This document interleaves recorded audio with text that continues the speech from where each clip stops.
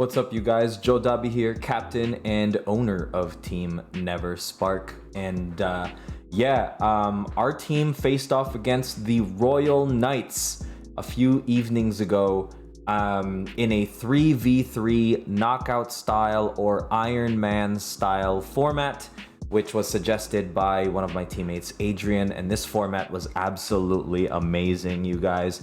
This was all about King of the Hill, pretty much, with each team having 3 lives, each life represented by a player. As soon as the player loses or a player loses, that person is officially eliminated and they would have to move on to the next player until all 3 players of a team is defeated. And this was such an amazing experience. I love this format. I honestly think this is how 3v3s should be handled, in an Iron Man or knockout style fashion, because the drama is intense. Like you could potentially reverse sweep, taking out all 3 members with your very last player, or you could have a really close game, winning the first 2, losing the first 2, and then having a one-on-one for it all in the end, and all that good stuff. And it was just a really great experience. Shout out to the Royal Knights. Tay was absolutely great at communicating and figuring out what schedule worked and what timing was best. And I'm just very thankful that we actually got to pull through, because a lot of these team plays end up falling through the cracks and just not ever happening. So this was absolutely amazing. And as you can see here, we did blind pick, blind order. So what that means is, up until the tournament begins, up until those first 2 players meet, we have no idea of deck lists. We have no idea of the order at which each player will be entering the battlefield. And we also have no idea which player of the team is actually going to be playing, if there are more than 3 people in the team, for example. So no info on rosters, no info on deck lists, no info on the picking order or player order. That said, the rules were best of 3 per match, and it was no mulligans, and each team only had access to 1 playset of the cards available in the card pool. So for example, Clutch here looks like he's got 3 TKs. If he was playing 4, Riplungs and myself would be knocked out of being able to use TKs. So we would not have access to TKs in our deck builds. And in this scenario, we pretty much just trusted each other with being able to really just, it was really just honor system here, because we didn't have a judge available at the time. I mean, Clutch is a judge, but obviously it's conflict of interest if he stepped in, saw the lists and all that. So we had no judge available, so we were just really trusting the Royal Knights here, and they are a class on their own. Nothing was really out of the ordinary. They played very, very well. Games were super close, and it was just a very exciting experience. But yeah, there's a lot of drama here because just of the turn of events. Let's just say the Royal Knights managed to get a 2 KO from 1 player, and Neverspark, myself, managed to get a 2 KO leading up to the victory. But yes, this format is super fun, and right now you see Clutch facing against Tayfrey, and one of the strategies really into the blind pick and blind order is, in our strategy, in our Neverspark strategy, we really wanted to come out with security control. Clutch is our security control maestro here. He's he's a really good player, top 28 with SecCon going into a regionals, and it was just it looked like it was already an uphill battle for Tayfrey given the blind matchup. He was unaware that he'd be facing SecCon. We were unaware that he'd be facing we'd be facing an Imperial game 1, but we felt very confident into that because the meta right now is stacked decks, and we thought that security control could potentially knock out as many people as it could before having to switch to the next person or being defeated. And this was pretty evident in game 1, as you can see. Clutch really just controlling Tayfrey's board. You would see Tayfrey kind of digivolve and draw, Jogress and draw, resolve Demi-V or Vmon and draw, and really just exhausting all of his resources here to try and pick at the security. But Clutch, being a very patient and very calculating SecCon player, was really doing quite a bit of the waiting here as Tayfrey had to get on the aggressive. And it looks like he does hit the Avenge Kid there, leading to Tayfrey's demise, unfortunately, because he now is just stuck with a Vmon.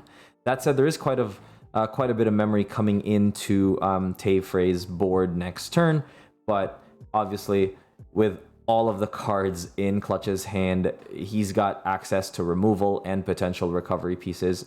So he does drop the Zoe there, getting the Kaze back. Very good strategy, because he gets to take the Kaze that was just tactical retreated and recover a potential kill spell, and he does get the Edens off that recovery, which is really awesome. So he's gonna have to hard play a Worm and a Sting here, running low on cards.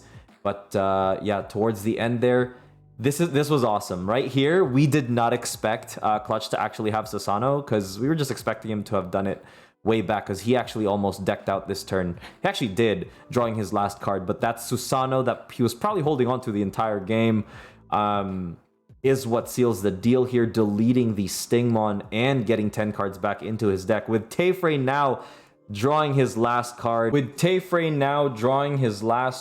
that pretty much just seals the deal.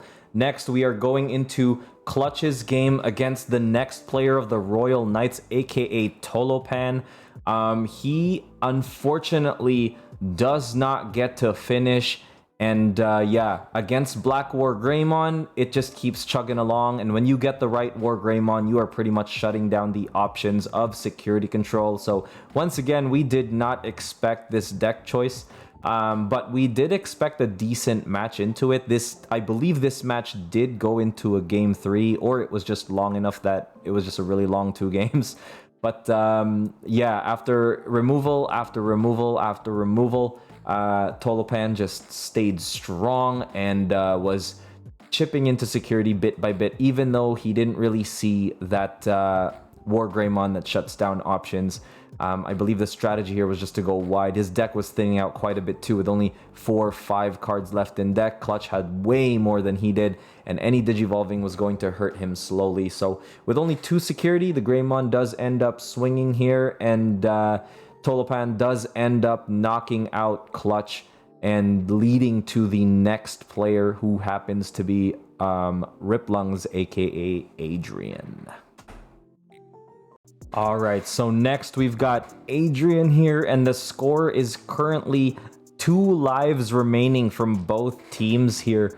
And unfortunately, Adrian, aka Neverspark Riplungs, does not get to take it. If the scatter mode had died here, he would have been able to actually get into enough memory to just play out Scatter Eismon and the promote for game, though unfortunately he did not have the ability to discard anything at all, which was really rough. And I actually do recall that Zwart defeat on Tolopan's side of the board was the result of a security swing. So it just came out of security and stayed there the entire game. This was Lilith Loop version BT8 versus Black War Greymon, and Tolopan at this point had knocked out not only Clutch, but also Riplungs going into this. So it would be up to me, JoDobbi, captain and leader and owner of Team Neverspark, to take out not 1,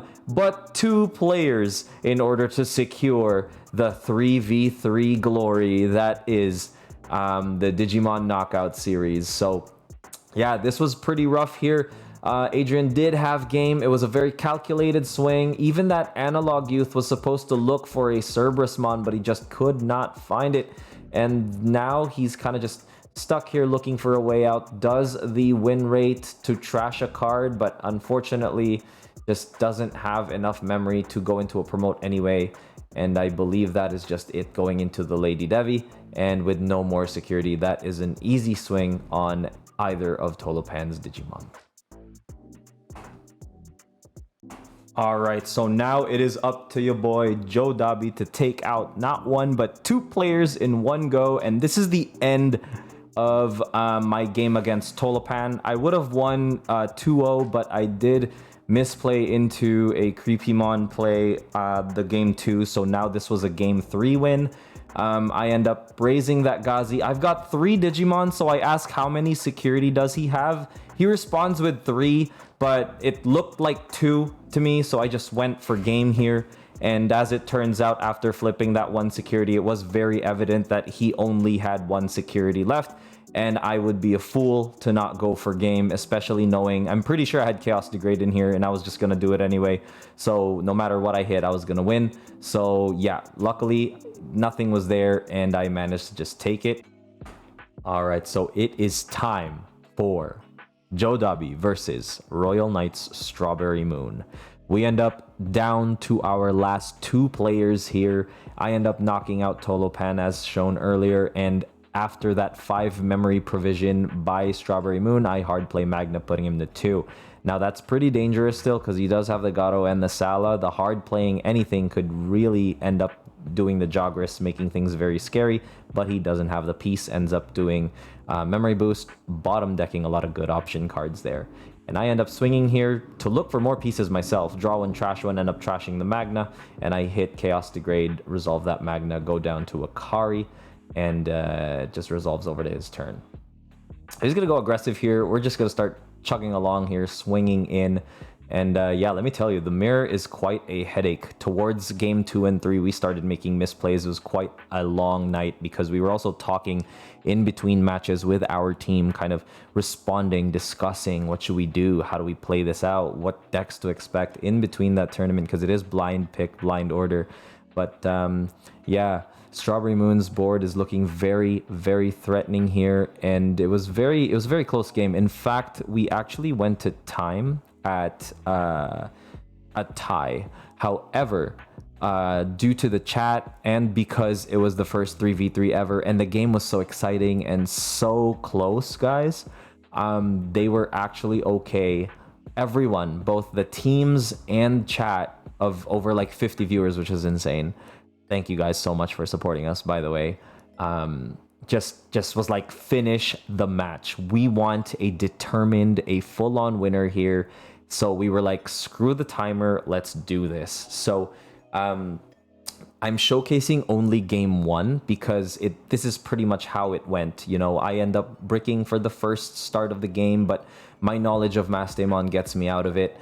Strawberry Moon did admit to not having as much experience playing the deck, and I do admit that I have. So I've just really been pacing myself, knowing that Jogris is probably going to be very enticing to someone who hasn't played Mastemon as often. So I expect multiple Jogris plays happening. So I just kind of weather the storm here, just recovering, setting up a bit of a wall before I get all my pieces, and then I set up that timing, that properly timed Mastemon. And the Hell Scythe ends up taking out a Magna there, putting out my own Magna, does the second check, hits a creepy, goes into the hard play Gato, putting him to 3. And now that I'm at 3, I gotta make something happen. And what is it that I make happen? I don't know. So I just end up swinging, dying.